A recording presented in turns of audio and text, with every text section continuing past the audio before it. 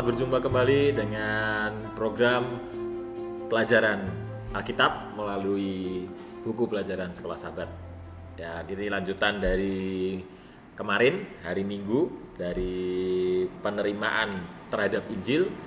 Sekarang hari Senin penyesuaian sikap. Dan bersama dengan saya saat ini sudah ada Ilvan. Halo, Ilvan, Halo, apa kabar? Shalom. Puji Tuhan sudah sama-sama dengan Ilvan. Oke, Ilvan, kita bahas nih judulnya tentang penyesuaian sikap. Ya. Oke, Ilvan mungkin boleh memulai apa yang Ilvan bisa bagikan nih kepada penonton sekalian.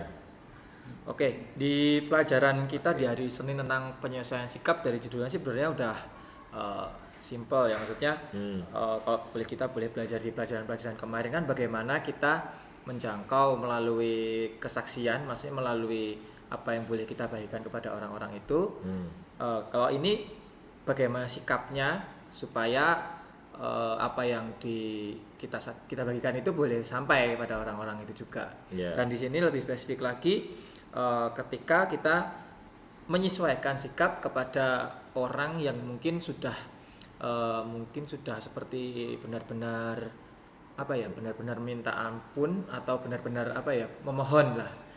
Memohon seperti itu kurang lebih sikap kita bagaimana namanya. Kayak tadi kan sudah dibahas juga bagaimana kalau menghadapi orang yang enggak kemarin ya, pelajaran kemarin ya. Hari Minggu ya. Yeah. Di hari Minggu itu sudah dibahas juga bagaimana menghadapi orang yang disingkirkan.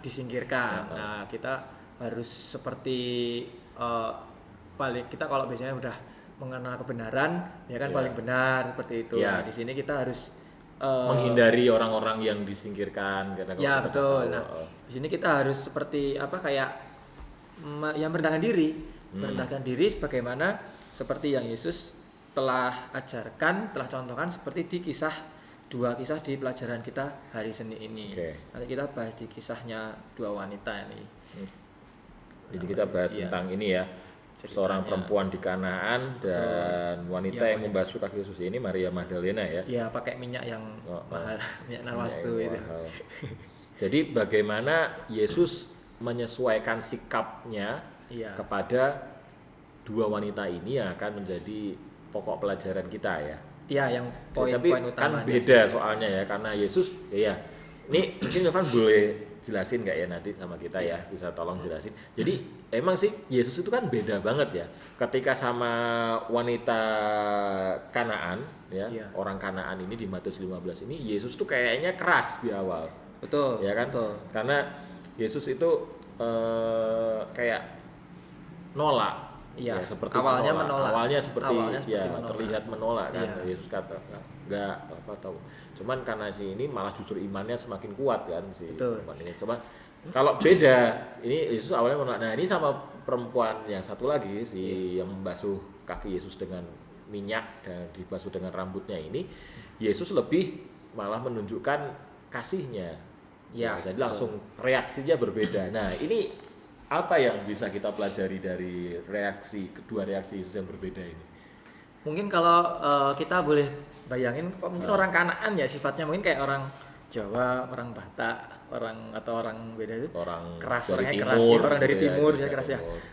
Di sini Yesus penyelesaian sikapnya mungkin dengan orang Kanaan, mungkin dia tahu orang Kanaan itu seperti apa. Yesus mungkin makanya dia punya sikap nggak langsung menolong aja, tapi dia ingin bukan mengetes ya, bukan ya. Jadi maksudnya ingin seperti dia tahu. Yesus tahu. Pasti tahu takaran imannya seberapa. Cuman biar ditunjukkan gitu ya mungkin lebih ditunjukkan kalau dia itu benar-benar percaya bahwa Yesus bisa menolongnya. Jadi kayaknya sih seakan-akan Yesus menolak itu, Yesus tahu sebenarnya imannya dia akan bertumbuh. Iya kan? Dia tahu. Jadi makanya Yesus katakan seperti itu supaya juga perempuan ini imannya bertumbuh. Betul, gitu kan. memancing gitu. Dan akhirnya dapat pujian kan, ya ibu besar imanmu. Dapat pujian yang benar-benar dia belum pernah dapat pujian dari kepala agama atau pemuka agama di daerah Kanaan dimanapun itu. Akhirnya Yesus pun menolong dan memberikan pertolongan mujizat kepada ibu itu. Jadi kalau sama si Maria, kalau sama si Maria Magdalena kan mungkin sudah jelas Kalau ini saya ambil perspektifnya dari segi ya mungkin psikologis kemanusiaan ya. Iya. Gambarnya dia udah tersungkur di situ, lalu membasuh kakinya. Di situ Yesus mengambil dari sifat positifnya, bukan jadi mengambil sudut pandang positifnya bahwa Maria Magdalena itu sudah benar-benar merendahkan hati. Karena dia juga datang dengan latar belakang kerumitan betul sekali. Ya, terutama karena kalau orang melihat selain Yesus melihatnya kan seperti itu, Yudas itu melihatnya kan ngapain buang-buang uang, pemborosan, ngapain. Nah, mungkin selain Yudas juga melihat lah ini kan orang berdosa, ini hina ini orang ini. Ngapain ini memegang kaki guru kita, gambarnya seperti itu walaupun dengan minyak yang mahal. Mungkin perspektif orang banyak, tapi Yesus di sini mengambil perspektif yang paling digunakan untuk gimana kita itu bisa menjangkau orang dalam keadaan seperti itu. Nah, jadi seperti tersampaikan lah di situ. Walaupun makanya di sini kan Yesus juga mengkritik orang-orang, mengkritik si Yudas itu kan bilang buat apa pemborosan.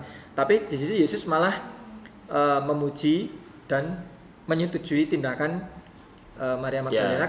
Kalau untuk kemuliaan Tuhan, namanya kalau memang untuk kepujian Tuhan, ya nggak apa-apa. Maksudnya dia mengambil positifnya di situ. Dan kalau di paragraf terakhir di Sekolah Sahabat Kita tujuan juga di mana saja Injil diberitakan di seluruh dunia, apa yang dilakukannya ini disebut juga untuk mengingat dia.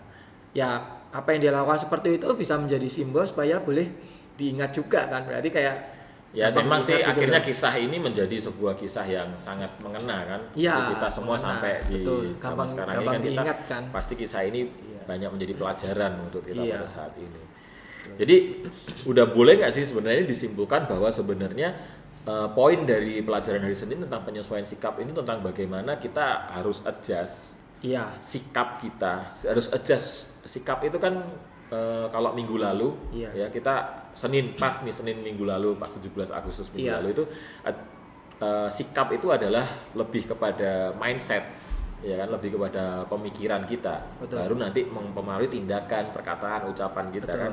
Nah, sikap kita itu kepada orang-orang yang belum mengenal kebenaran, kita harus adjust nih sesuai dengan kondisinya mereka. Kira-kira orang yang belum mengenal kebenaran lalu ingin mengerti datang ke arah saya seperti apa, otomatis kan harus empati. Kita harus berempati. Bukan cuma simpati. Simpati kan cuma tahu kamu sedang dalam kondisi ini. Tapi kalau empati berarti merasakan. Merasakan apa yang sebenarnya mereka rasakan, entah dari latar belakang budaya seperti orang Kanaan tadi. Betul. Budayanya lebih kalau si Maria Magdalena ini lebih kepada emosional, kondisi jiwanya kan, kondisi jiwanya sedang dia merasa benar-benar berdosa sehingga dia memberikan yang terbaik. Tapi ya gimana. Tapi memang sih di paragraf pertama ini yang jadi tantangan sih. Ini adalah basic sikap-sikap kita orang Kristen nih. Kata kuncinya ya. Iya. Paling mendasar ini sikap-sikap orang Kristen karena kita sering menjadi orang yang tidak bersahabat, orang yang keras. Kita adalah orang yang keras, kita orang yang kritis, ya nggak bersahabat. Dan sikap kita ya ini saya sadari sih, saya pribadi seperti itu. Sering kali mempunyai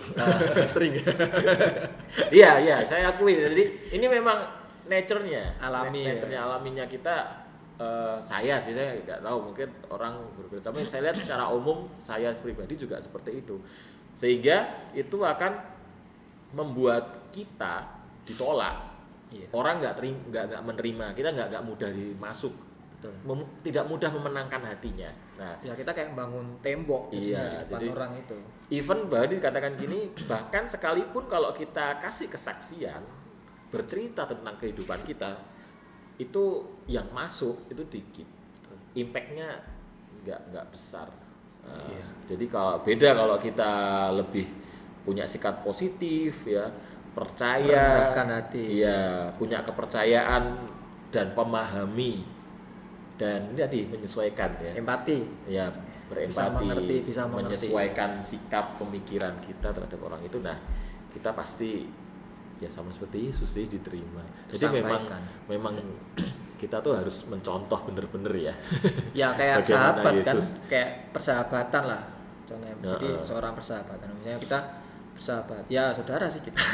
Misalnya kita tahu kondisi, sama-sama tahu kondisi, seperjuangan, sepenanggungan, misalnya kita lebih bisa tahu kondisi seperti itu kan otomatis ketika kita membahas atau kita ngomong sesuatu kan jadi lebih klik. Ya. Lebih gampang, lebih tahu sama-sama. Paham karena sama-sama sudah tahu. Betul, sama-sama. Jadi sama-sama kayak langsung ngeresap gitu ya. Iya. Ngeresap langsung. Nggak perlu banyak ngomong kayak ya udah gitu. Oh, karena kita sudah sama-sama tadi menyesuaikan ya, tadi ya. Beda kalau menyesuaikan. masih ngomong lebih kita posisinya lebih tinggi. Jadi seakan-akan kan kita jadi menggurui. Iya. Menggurui kalau enggak kayak nyalah-nyalahin goblok-goblokin atau gimana seakan-akan kayak gitu. Bener sih, bener. Jadi memang sungguh luar biasa ya juru selamat kita ini mengasih contoh kehidupan dia selama di dunia ini yang patut kita pelajari bersama-sama. Dan saya juga rindu mengajak saudara-saudara sekalian penonton yang menyaksikan tayangan ini juga boleh belajar pelajaran sekolah sahabatnya setiap hari sehingga mendapatkan pelajaran yang berharga akan pengenalan Kristus Yesus juru selamat kita. Dan inilah episode kita pada kesempatan kali ini. Sampai berjumpa kembali di episode yang lain. Tuhan memberkati.